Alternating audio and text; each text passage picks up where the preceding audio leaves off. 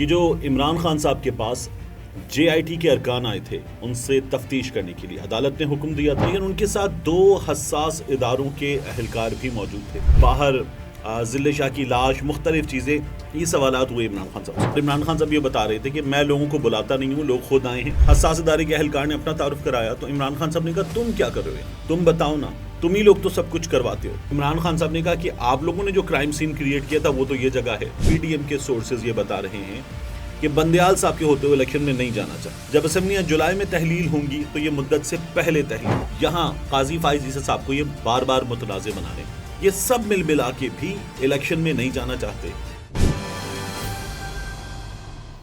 بسم اللہ الرحمن الرحیم. السلام علیکم. یہ آپ کا اپنا ڈیجیٹل پلیٹ فارم ہے. میں طارق متین ہوں. اہم ترین خبر ہے یہ جو عمران خان صاحب کے پاس جے آئی ٹی کے ارکان آئے تھے ان سے تفتیش کرنے کے لیے عدالت نے حکم دیا تھا. عمران خان صاحب کو بھی کہا گیا تھا کہ شامل تفتیش ہو جائیں، اور جے آئی ٹی کے ارکان سے کہا تھا کہ آپ جائیں، جا کر زمان پارک عمران خان صاحب سے سوالات کر سکتے ہیں، تفتیش کر سکتے ہیں.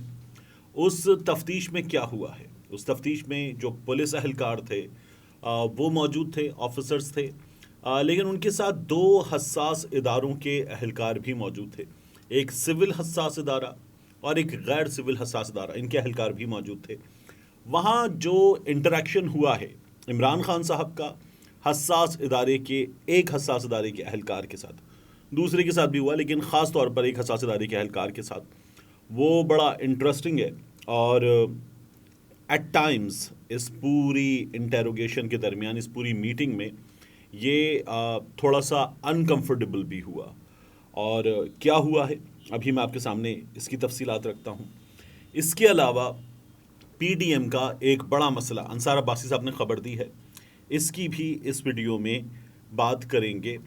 سب سے پہلے میں آپ کو بتاؤں، عمران خان صاحب کے گھر یہ جے آئی ٹی کے اہلکار آئے، اور ان کے حوالے سے ایک خبر وہ ہے جو جیو نیوز نے اندرونی کہانی کہہ کر ہمیں بتائی.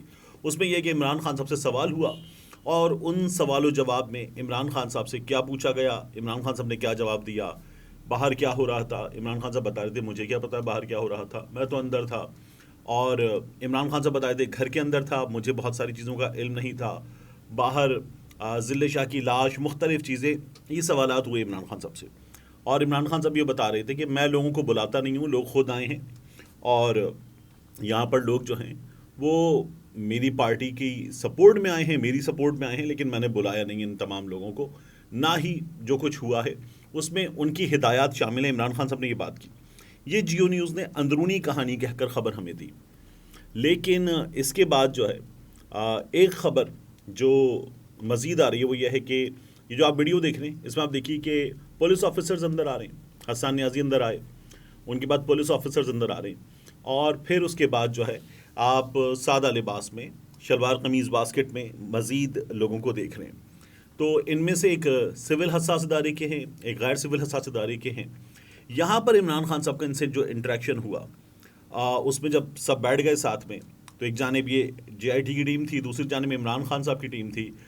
مسرت جمشید چیمہ صاحبہ تھیں، فاروق حبیب صاحب تھے، عمران خان صاحب کے ساتھ جو ان کی کور ٹیم ہے وہ لوگ تھے، شبلی فراز صاحب ان میں موجود تھے. خان صاحب نے گھر کے باہر ہی وہ ایریا جہاں کارکنان اور دیگر لوگ بیٹھتے ہیں وہیں ان لوگوں سے بات کی، کیونکہ یہ کرائم سین کا وزٹ کرنے بھی آئے تھے. تو یہاں گھر کا دروازہ توڑنے کے بعد جب یہ لوگ اندر آ گئے تھے تو یہیں پر سب کچھ ہوا تھا، کارکنوں کو یہیں مارا پیٹا گیا تھا.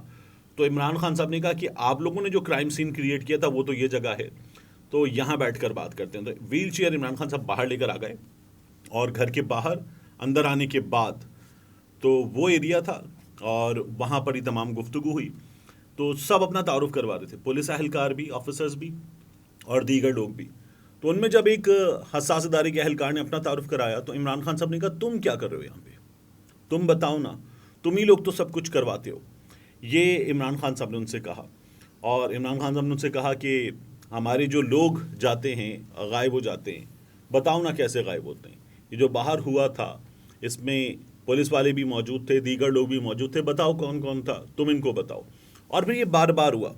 عمران خان صاحب نے ان کو بار بار مخاطب کیا. ان کی طرف سے کہا گیا ہنستے ہوئے کہ سر میں تو اپنی ڈیوٹی کر رہا ہوں، جے آئی ٹی میں شامل کیا جاتا ہے، تو میں اس میں شامل ہو کر تفتیش کے لیے آیا ہوں، اور ہم تو